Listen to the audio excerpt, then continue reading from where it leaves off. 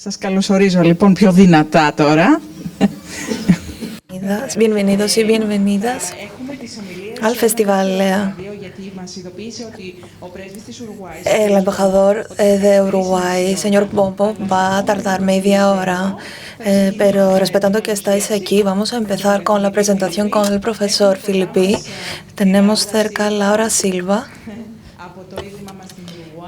de nuestra Fundación Uruguay, y Matías Porteiro, que es nuestro estudiante y ahora es también estudiante en ECPA del programa de griego de verano.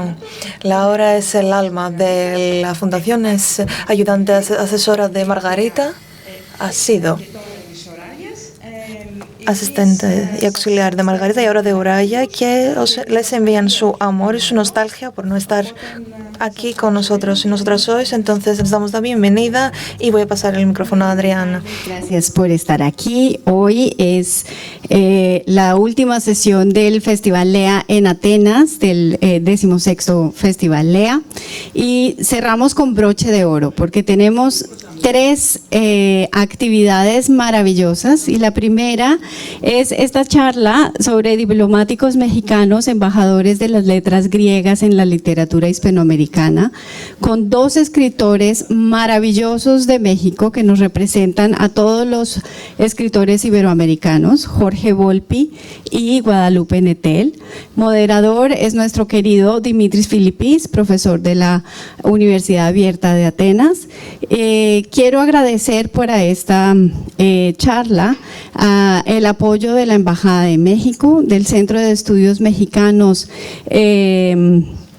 de la UNAM en Madrid, del Instituto Cervantes y en especial de la Fundación Chacos por estar aquí con nosotros, a Abanico también por haber propuesto desde hace años la venida de Jorge Volpi y de Guadalupe Nettel, así que los sueños se hacen realidad y los dejo con ellos, que vienen a contarnos cómo vemos a los griegos en nuestros países iberoamericanos. Muchas gracias.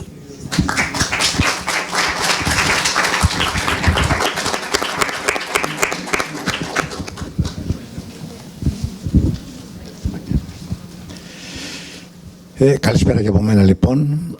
Buenas tardes de mi parte también. Un Lea más cierra en su hábitat natural, que es Atenas, en la Fundación Chacos, que siempre se celebra aquí el cierre. Muchísimas gracias por el honor de ser el coordinador de las dos últimas sesiones del festival. Y la primera sesión tiene como objetivo presentar 4 intelectuales y escritores mexicanos maravillosos. Yo voy a hacer una presentación de los ponentes y creo que debería hacer una introducción de lo que van a contar en breve, y luego les voy a dar la palabra para no interrumpirles. Primero, como lo exige la cortesía, voy a presentar a Guadalupe Nettel. Nació en México en 1973, ha crecido entre México y Francia, empezó a escribir desde los 17 años. Ha escrito muchas novelas, El huésped, El cuerpo en que nací, Después del invierno. Ha sido muy premiada, tiene un doctorado en literatura y su libro La hija única es su única novela traducida al griego, y también era finalista para el premio Booker. Es coordinadora de la revista Universidad de México y también es becaria en la Universidad de Colombia. Aquí va a hablar de la relación de Octavio Paz con el filósofo Κώστα Παπαϊωάννου. Δύο λόγια από την μεδαπή έγκυρη κριτική της λογοτεχνίας. Αναφέρομαι σε μια μελέτη του Κώστα Κουτσουρέλη. Costas Cuchurelis ha traducido obras de Octavio Paz. Octavio Paz ha escrito uno de los poemas más importantes, extenso poema para Κώστας Παπαϊωάννου. Eran amigos en Padre. Esto se ha escrito en 1900. 1981, unos días después de la muerte de Papaioannou, en dos lenguas, español y francés. El título era Costas y después en el formato inglés el título era Costas Papaioannou, nombre y apellido. Es interesante cómo en 1990 Octavio Paz introdujo con una referencia a Papaioannou en cuanto a la consagración de la historia. Se encontraron en París. Octavio Paz tenía una relación con los republicanos de la Guerra Civil Española, Costas Papaioannou con la resistencia griega y con el barco Matáreo, con lo que se fue. El resto nos lo va a contar Guadalupe. Τώρα en busca de Gliscor. Γνωρίζουμε τον Jorge. Conocemos a Jorge Volpi desde hace muchos años. Es un honor presentarle aquí. Su libro En búsqueda de Gliscor es uno de los libros más importantes que han sido traducidos. Es un libro que no se puede leer una vez. Puede leer una vez, dos veces, tres veces. Es un libro muy importante. Otros libros traducidos ya en griego, Las estrellas, El fin de la locura, Tiempo de cenizas, etc. Jorge ha sido premiado por Francia,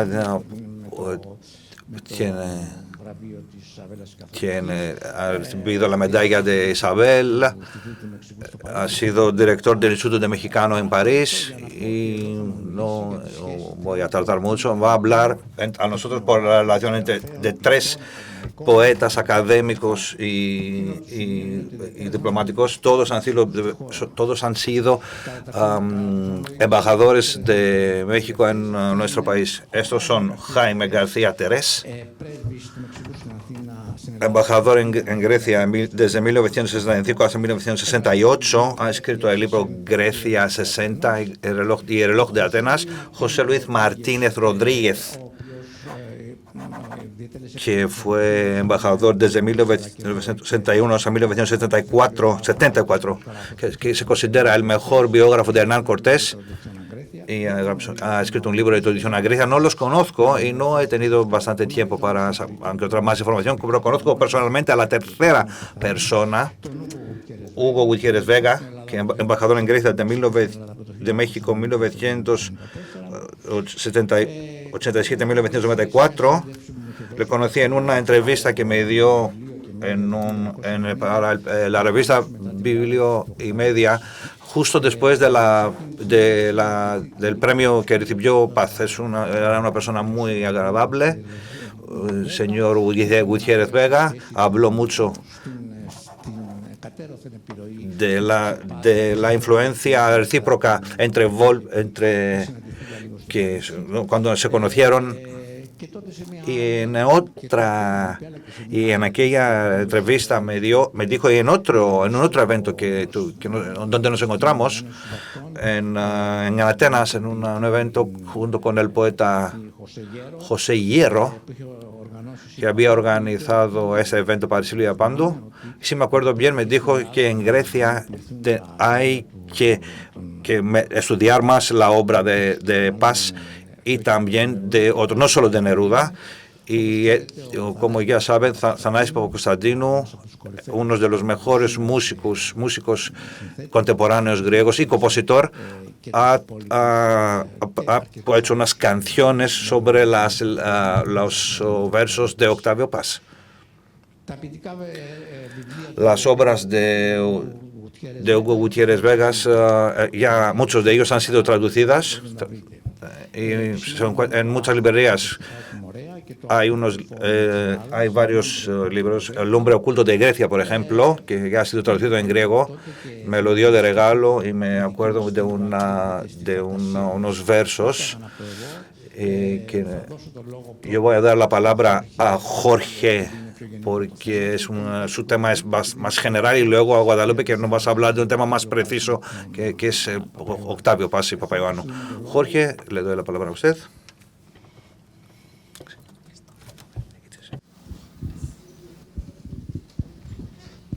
Calispera, muy buenas tardes. Muchísimas gracias a todos por estar aquí esta tarde. Muchas gracias por esta generosa introducción y me da mucho gusto estar con mi gran amiga Guadalupe Nettel estos días en LEA. Muchísimas gracias a Adriana Martínez, a todo el equipo y por supuesto a todos ustedes por estar aquí. Muchas gracias a nuestro embajador de México en Grecia, heredero de muchos de estos embajadores que estuvieron antes en su lugar.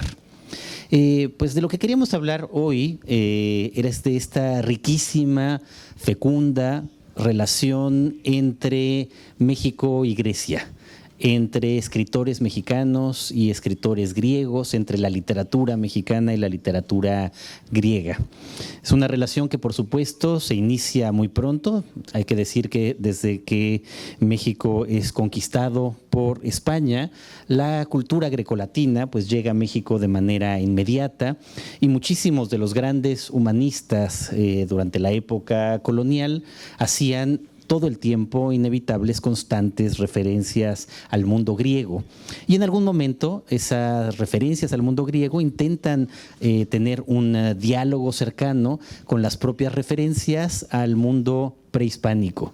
Y vamos a tener esta extraña mezcla y este sincretismo de muchas figuras que vienen del panteón prehispánico, tanto de los aztecas como de los mayas, de los mexicas como de los mayas, con los antiguos dioses griegos y a una interpretación que proviene de esa escuela greco-latina de humanistas de origen español primero y luego ya criollos y luego también mestizos y finalmente también indígenas para referirse a toda esta época. Sor Juana Inés de la Cruz era, por supuesto, la figura clave y más importante en ese periodo y ella, por supuesto, había querido estudiar latín y griego y sus referencias al mundo griego son constantes en toda su obra.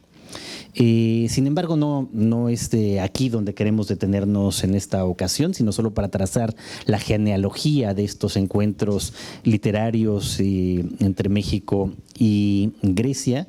Y avanzaríamos realmente hasta la época colonial, ahí de la época colonial a la independencia, a la manera como México se convierte ya en una nación soberana, a cómo ahí también en cómo se forja la nacionalidad mexicana. En cualquier caso, el mundo grecolatino va a seguir siendo una referencia constante. Sin embargo, si nos ubicamos ya en el siglo XX, es donde va a haber una gran explosión, no solamente entre el mundo griego clásico antiguo, sino también ahora entre el México contemporáneo y la Grecia contemporánea, que van a terminar encontrándose. Sobre todo, digamos, las independencias ocurren en tiempos relativamente semejantes. La manera como el nacionalismo llega a los dos países y se forjan las identidades modernas, griega y mexicana, también tendrán muchos puntos de contacto y eventualmente la manera como se ve ese pasado glorioso, el pasado prehispánico, el pasado de la Grecia clásica en el México y la Grecia modernos, también van a tener muchos puntos de contacto. La figura clave que empieza esa pasión por Grecia en el México moderno y va a ser maestro de todas estas otras figuras que terminarán llegando ya directamente a Grecia es, por supuesto, Alfonso Reyes. A quien justo participamos también ahora en Madrid a un homenaje que le hicimos. Y Reyes era un erudito en una enorme cantidad de materias. Ciertamente, aunque había estudiado latín, no hablaba griego clásico, pero tenía en cualquier caso una enorme cantidad de referencias al griego clásico y sobre todo una pasión por el mundo griego ineludible. Escribió una enorme cantidad de libros de referencias, de textos que vinculaban el México de entonces, el México revolucionario, el México postrevolucionario con el mundo griego. Él se atrevió también a hacer una traducción indirecta de todos los primeros cantos de la Ilíada y sobre todo contaminó con esa pasión griega a muchas generaciones posteriores. Él pertenecía además, funda un grupo intelectual que va a ser la primera generación revolucionaria mexicana, a la que se le da el nombre precisamente de Ateneo de la Juventud.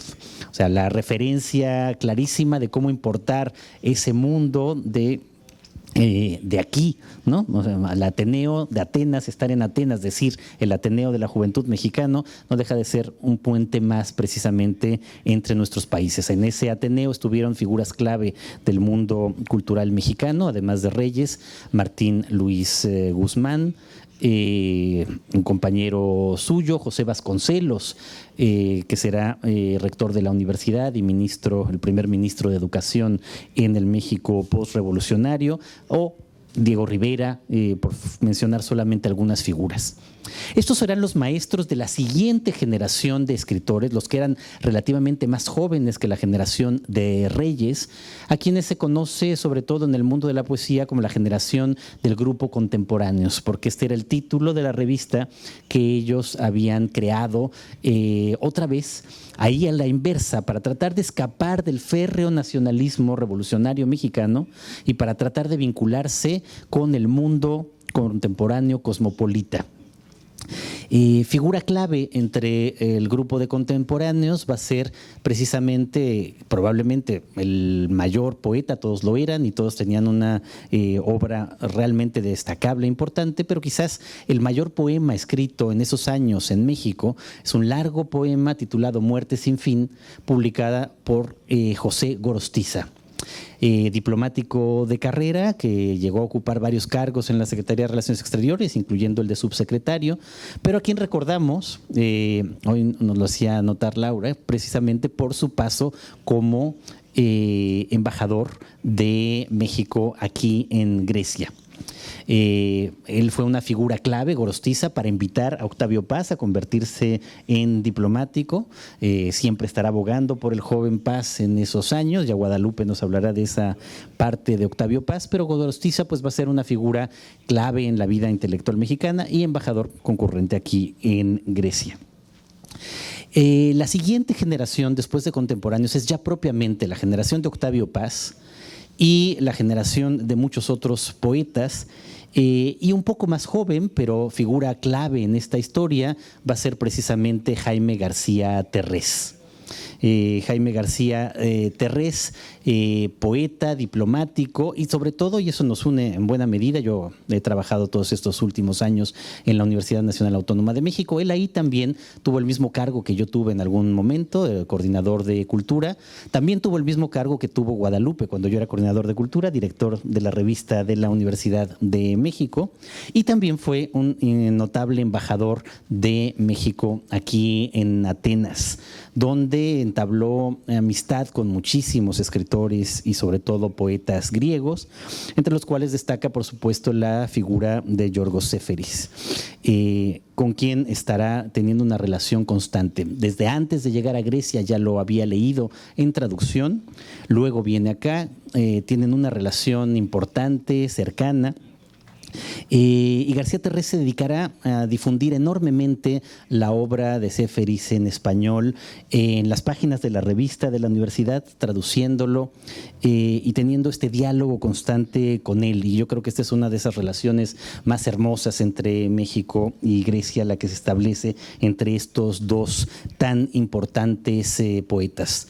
A su regreso a México, García Terrés se convertirá en director del Fondo de Cultura Económica, otra de las instituciones clave de la vida mexicana, la principal editorial mexicana hasta la fecha, y ahí publicará mucho de su propia poesía y también traducciones que hacía no solamente del griego, pero también del griego.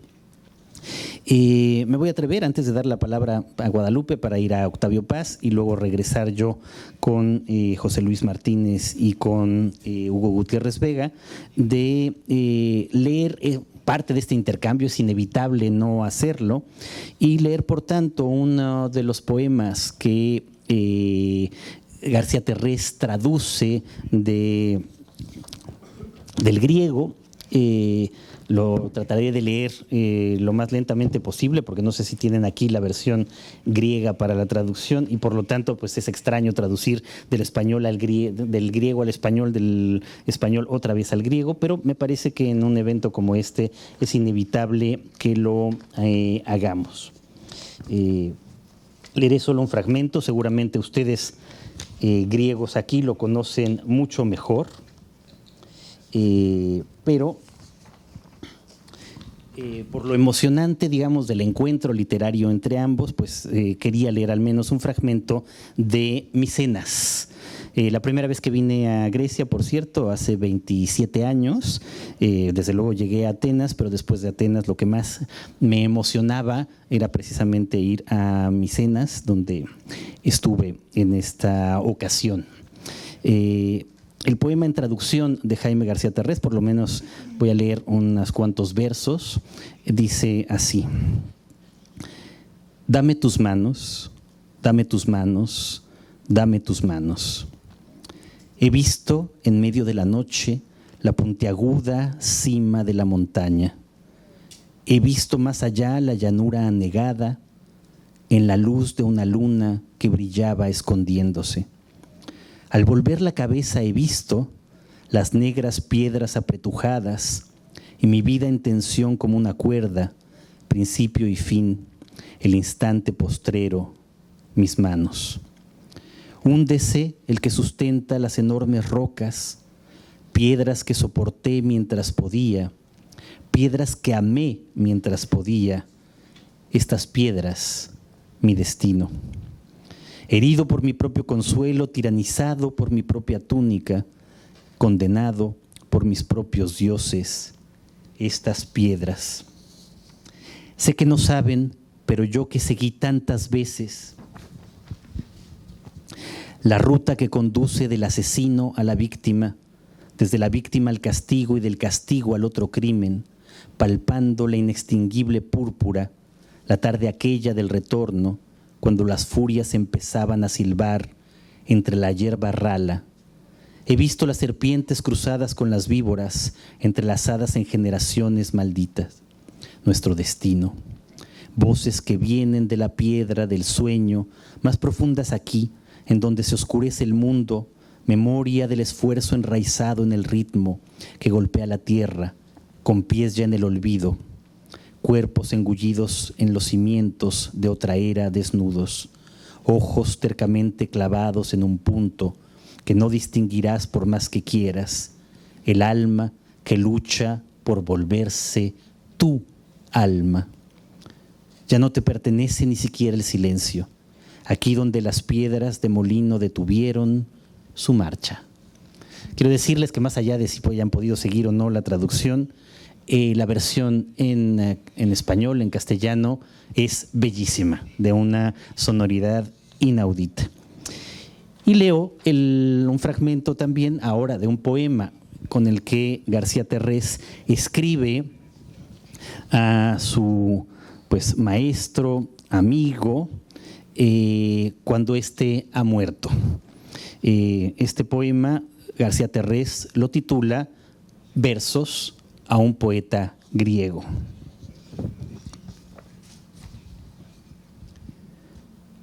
Amigo Séferis, hablar es difícil cuando restallan las palabras lejos del taller avesado. Nos caemos a cada paso de cabeza por querer escaldar la lengua franca. Y es particularmente difícil hablar de Grecia hoy, desprovistos como nos sabemos, cetrinos como vamos en la tosca llanura del oprobio. Ya no duerme Proteo debajo de las rocas, ni glosa la sirena consabida la clara fatiga del caminante. Qué lento, qué difícil todo, amigo Séferis, y este dolor de Grecia qué tosudo.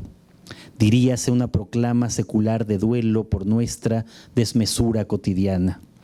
Es fácil, en cambio, dejarnos aturdir sin miramientos, encoger los hombros y guardarnos el ímpetu dentro de los bolsillos.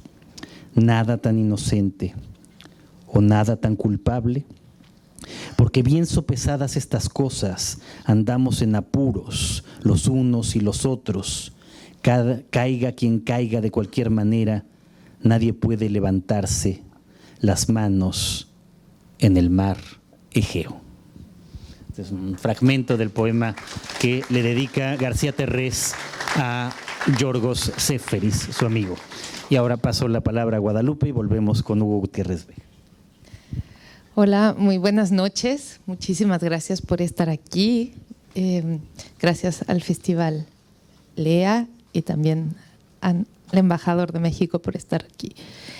Y gracias a Jorge por la invitación a participar en esta interesante conversación. A ver, lo que decía Jorge es verdad acerca de todo, pero acerca de Alfonso Reyes, que es una figura muy importante para todos los escritores del siglo XX en México.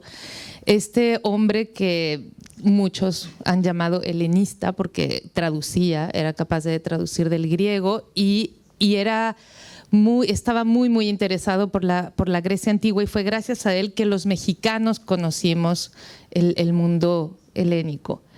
No solamente se interesaba por la Ilíada y la Odisea, que como bien dijo Jorge, tradujo indirectamente, pero también por la filosofía griega, y se estudiaron a los presocráticos y también a Platón en este Ateneo junto con sus amigos. O sea, como uno se imagina esa juventud de antes, que no tiene nada que ver con la juventud de ahora, que está completamente enchufada en los juegos electrónicos, y da como muchísima nostalgia, aunque nunca la hayamos conocido. Pero bueno, él fue un maestro de Octavio Paz. Octavio Paz lo consideró una figura tutelar, siempre lo dijo, y le escribía cartas en las que le iba contando su desarrollo como poeta, su desarrollo como intelectual, y fue diplomático como Octavio Paz. Octavio Paz se fue al servicio exterior muy pronto como tercer secretario en la Embajada de México en París, pero en realidad él nunca quiso realmente hacer carrera diplomática en esa época, no quería. A él lo que le interesaba era poder estar fuera de México y poder estudiar y poder escribir más bien. Otra cosa que quería contarles es que Octavio Paz estuvo muy cerca de José Gorostiza y del grupo al que pertenecía, que se llamaban los contemporáneos. Y en México había un debate muy fuerte entre los contemporáneos y los escritores más de izquierda, de una izquierda comunista, que estaban en la Liga de los Escritores Comunistas, y que tildaban a los escritores llamados contemporáneos como Gorostiza, como Cuesta, como Pellicer también estaba ahí, de ser, pues, de alguna manera desinteresados por la sociedad y por las luchas sociales, porque eran escritores que leían poesía clásica y que estaban también muy interesados en la Grecia antigua. Fue gracias a esos poetas y a Alfonso Reyes que Octavio Paz se formó dentro de esta cultura más como, pues digamos, que era considerada elitista en esa época, pero donde realmente están los mejores poetas de ese tiempo, hay que decirlo, y que son los que recordamos ahora y los que seguimos leyendo. Después, cuando estuvo de diplomático en París, él había estado antes, o sea, llegó después de haber participado en la Guerra Civil Española como parte del encuentro de escritores antifascistas, donde estuvo también André Gide y Victor Serge, que acababan de regresar de la Unión Soviética y que eran como apestados en esa época porque criticaban a Stalin y la Rusia stalinista, la Unión Soviética y sus formas, en particular el Gulag, que en ese momento apenas se estaba conociendo. Entonces él fue de los poquísimos jóvenes que se atrevieron a levantar la voz y a decir: no expulsemos a Gide, no expulsemos a Victor Serge. Esta gente sabe, ellos vieron, no les contaron nada como a nosotros, ellos son testigos, y fue inmediatamente condenado por eso también. Era un mundo muy bipolar entre los que apoyaban, o sea, no podía ser uno de izquierda sin no estar de acuerdo con Stalin o con el grupo, digamos, más radical. porque inmediatamente era tildado de traidor. Y fue en París cuando Octavio Paz por fin encontró un grupo de gente que se consideraba de izquierda, pero que no estaba alineada con Stalin y que se atrevía a criticarlo. ¿Quiénes eran esos jóvenes? Pues entre ellos estaba Cornelius Castoriadis, que fue una figura importantísima en Francia, que influyó a Claude Lefort, que es también este filósofo, y a Merleau-Ponty, y a todos estos filósofos que hablaban de otras posibilidades de izquierda. Ahí también estaba Costas Papaioannou.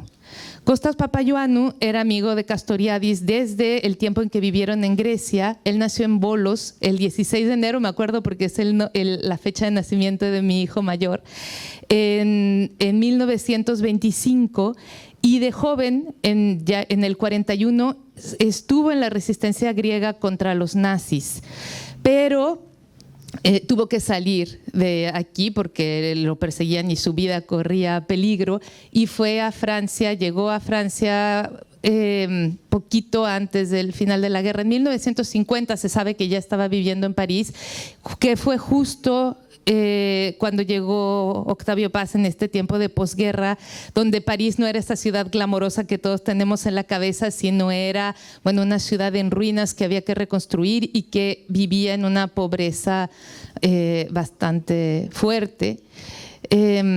Y ahí fue que conoció a este grupo de escritores de izquierda no alineada que se decían compañeros de camino, ¿no?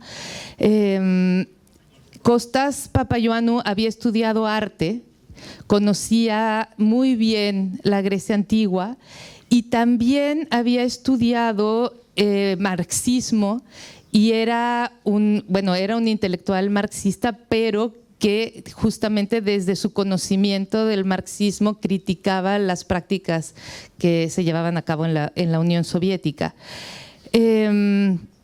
Y fue eso realmente, o sea, él se dedicó toda su vida a estudiar el marxismo y siempre se consideró comunista. Después ellos se hicieron amigos, Octavio Paz y Costas Papaioannou, y fue realmente Octavio Paz era una persona muy parca cuando se trataba de elogiar a los demás, y con nadie jamás se desvivió en tantos elogios y en tanta ternura como habló de Costas Papaioannou. Aquí hay una pequeña cita que quisiera leer acerca de él. Dice, aquí está: jamás encontré en él una sombra de interés, egoísmo, envidia u otro sentimiento mezquino. Su generosidad era inmensa. Costas era pobre, pero rico en ideas y en saber. Su cultura era extensa y profunda. El neoplatónico Proclo y Hegel, Marx y Marlowe, el arte greco-budista y la poesía de John Donne, la religión griega arcaica y Buster Keaton, el jazz cool y Montaigne. Como todos los que fuimos sus amigos, le debo mucho, pero mi deuda intelectual con ser grande es poca cosa comparada con todo lo demás. La alegría, la lealtad, la rectitud, la claridad en el juicio, la benevolencia, la sonrisa y la risa, la camaradería y, en fin, esa mirada vivaz e irónica con que acogía cada mañana la salida del sol y que era su manera de decir sí a la vida, aún en los momentos peores. Y fue gracias a Costas que realmente Paz se apasionó por Grecia. Vinieron juntos, no solo una vez, sino como 3 veces. Y otro momento en el que sí quisiera hablar, porque me parece muy importante, acerca de Paz y lo que recibió de los griegos antiguos, es la idea justo de la inspiración, porque Paz decía que que la inspiración era lo que verdaderamente permitía la poesía, que no había poesía sin inspiración, que había un rapto poético, como él, y habló muchísimo en El arco y la lira, que es su ars poética, que es un libro bellísimo, les recomiendo que lo lean. Toda la primera parte habla de esta idea de los griegos antiguos de que no puede haber creación poética sin esto, y lo desarrolla muy bonito, lo desarrolla de una forma súper clara, que era esta idea de que los dioses hablaban a partir del aliento de nuestra respiración, que los dioses respiraban con nosotros. Y entonces cita a Homero en donde dice que los héroes respiraban con Atenea, que respiraban con los dioses. Y cómo los poetas en realidad reciben este musique, que viene justo de las musas, y que es esta posibilidad de cantar como un canal, como un medium, a través de su cuerpo, reciben los mensajes de los dioses y los transmiten a los demás, que no es tanto un oficio, una tecné, sino esta musique. Y bueno, yo creo que Octavio Paz, en todo lo que escribió acerca de poesía, acerca de surrealismo, acerca del acto de escribir, siempre regresaba a la idea de la inspiración, que no es, como algunos creen, una idea peregrina o un mito, sino como alguien que verdaderamente lo vivía y explicaba lo que significa el rapto poético. No quiero extenderme más, ya lo hice, pero si quieres después leo el poema que escribió Octavio Paz. Sí. Bueno, puedo leer un fragmento. Se llama París Bactra Skiros y está dedicado a Nitsa y a Reya, que son la mujer y la hija de Costas Papayuano. Yo tenía 30 años, venía de América y buscaba entre las pavesas de 1946 el huevo del Fénix. Tú tenías 20 años, venías de Grecia, de la insurrección y la cárcel. Nos encontramos en un café lleno de humo, voces y literatura. Pequeña fogata que había encendido el entusiasmo contra el frío y la penuria de aquel febrero. Nos encontramos y hablamos de Zapata y su caballo, de la piedra negra cubierta por un velo, de Méter, cabeza de yegua. Y al recordar a la linda hechicera Tesalia que convirtió a Lucio en asno y filósofo, la oleada de tu risa cubrió las conversaciones y el ruido de las cucharillas en las tazas. Hubo un rumor de cabras blanquinegras trepando en tropel, un país de colinas quemadas. La pareja vecina dejó de decirse cosas al oído y se quedó suspensa con la mirada vacía, como si la realidad se hubiese desnudado y no quedase ya sino el girar silencioso de los átomos y las moléculas. Hubo un aleteo sobre la onda azul y blanca, un centelleo de sol sobre las rocas. Oímos el rumor de las pisadas de las aguas nómadas sobre las lajas color de brasa. Vimos una mariposa posarse sobre la cabeza de la cajera, abrir las alas de llama y dispersarse en reflejos. Tocamos los pensamientos que pensábamos y vimos las palabras que decíamos. Después volvió el ruido de las cucharillas, creció la marejada, el ir y venir de las gentes, pero tú estabas a la orilla del acantilado. Era una ancha sonrisa la bahía y allá arriba pactaban luz y viento. Psique sopló sobre tu frente.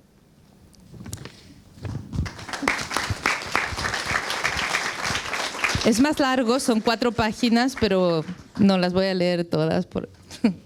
No sé si lo están traduciendo. Sí, entonces, y para ir cerrando, pues tenemos estas otras 2 grandes figuras también de la literatura mexicana en Grecia. Primero, José Luis Martínez, que fue, digamos, también embajador aquí en Atenas, muy amigo de Octavio Paz y también de García Terrés, así que se van haciendo estos círculos literarios concéntricos. José Luis Martínez no era poeta, era sobre todo un estudioso de la literatura, estudioso de la historia y crítico. A él se le deben, por supuesto, una célebre biografía de Hernán Cortés, pero también hay que decir que no deja de ser significativo que mientras fue embajador aquí, lo que escribió José Luis Martínez fue su libro sobre el poeta Netzahualcóyotl. Entonces, fíjense también esas correspondencias que son bonitas. Hay escritores que llegan a Grecia y lo que hacen, como García Terrés, es relacionarse con el mundo griego, escribir sobre Grecia, y en cambio a José Luis Martínez lo que lo impulsa a estar en Grecia es hablar del mayor poeta en lengua náhuatl, es decir, recuperar el impulso de los clásicos griegos, pero para trasladarlo a su propia visión de un poeta del México prehispánico, Netzahualcóyotl. Se atrevió, sin embargo, José Luis Martínez, no lo voy a leer, por supuesto, tampoco completo, y ustedes deben de conocerlo a lo mejor en griego clásico, pero se atrevió a hacer una traducción, además, digamos, de su relación con el mundo griego, además de haber escrito a la vuelta, eso fíjense, aquí escribe en Atenas su Netzahualcóyotl, regresa a México y escribe una serie de libros sobre cultura mundial, sobre varios ámbitos, y entre ellos uno titulado precisamente El mundo griego, que se publica justo cuando regresa a México.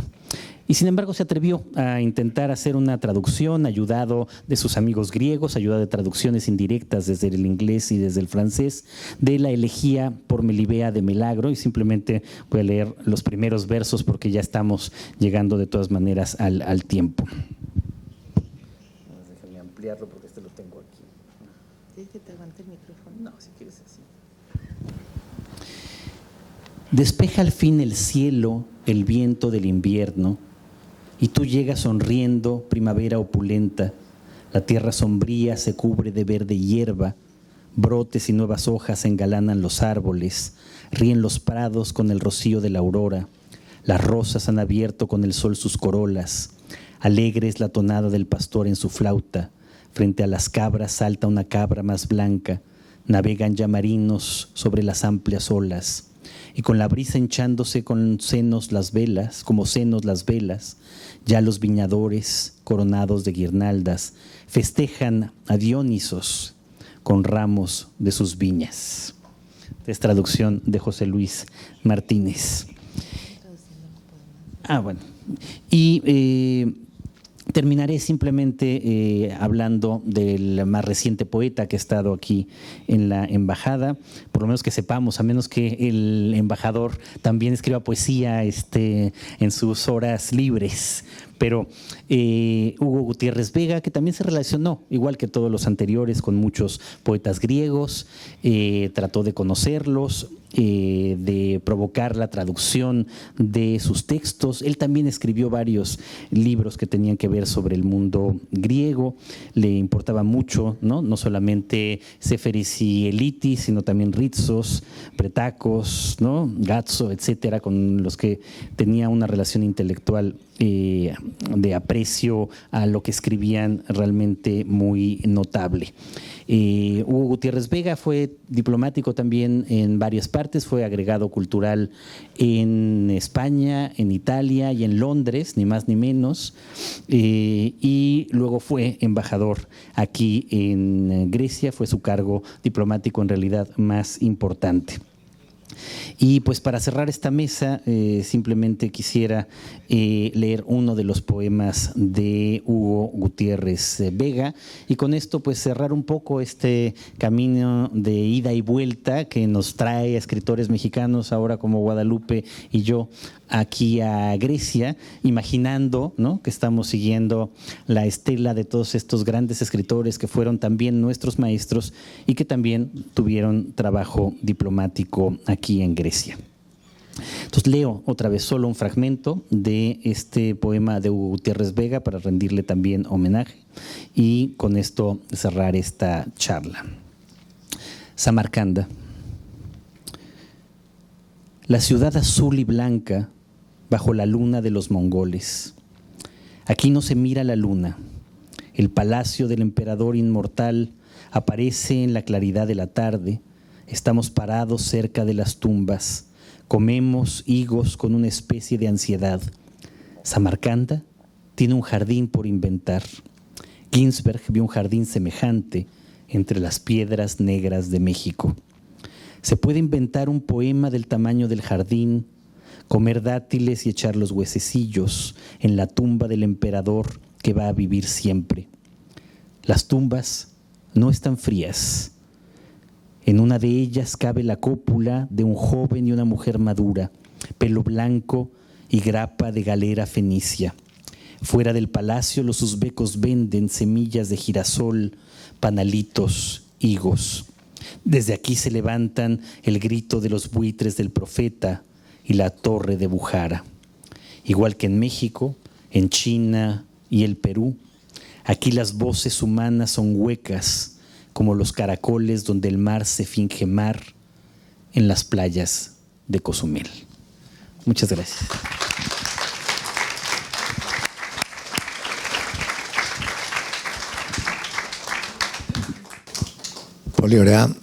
Muy bien, muy interesante todo lo que escuchamos y la selección de estos poemas ha sido muy interesante. Yo también quisiera decir que Hugo Gutiérrez Vega pueden encontrar libros, ediciones bilingües de sus obras en buenas librerías en Atenas. Todos esos poetas y embajadores de México en Grecia son más o menos a los contemporáneos y que, por supuesto, se ven influenciados por reyes y aparte de Papaioannou, Cornelius Castoriadis o Octavio Paz, y añadir a Axelos, Kostas Axelos, una persona muy importante, eran criticaron mucho desde la izquierda a la Stalin en una época que no se permitía, lo que se permitía en aquella época era solo la crítica desde la derecha. Esos son mis comentarios en breve. Como ya Adriana me dice que tenemos que cerrar esta sesión, y si quiere alguien preguntar algo, quizá podríamos darle la palabra. Si alguien del público quería hacer una pregunta antes de pasar a la segunda charla.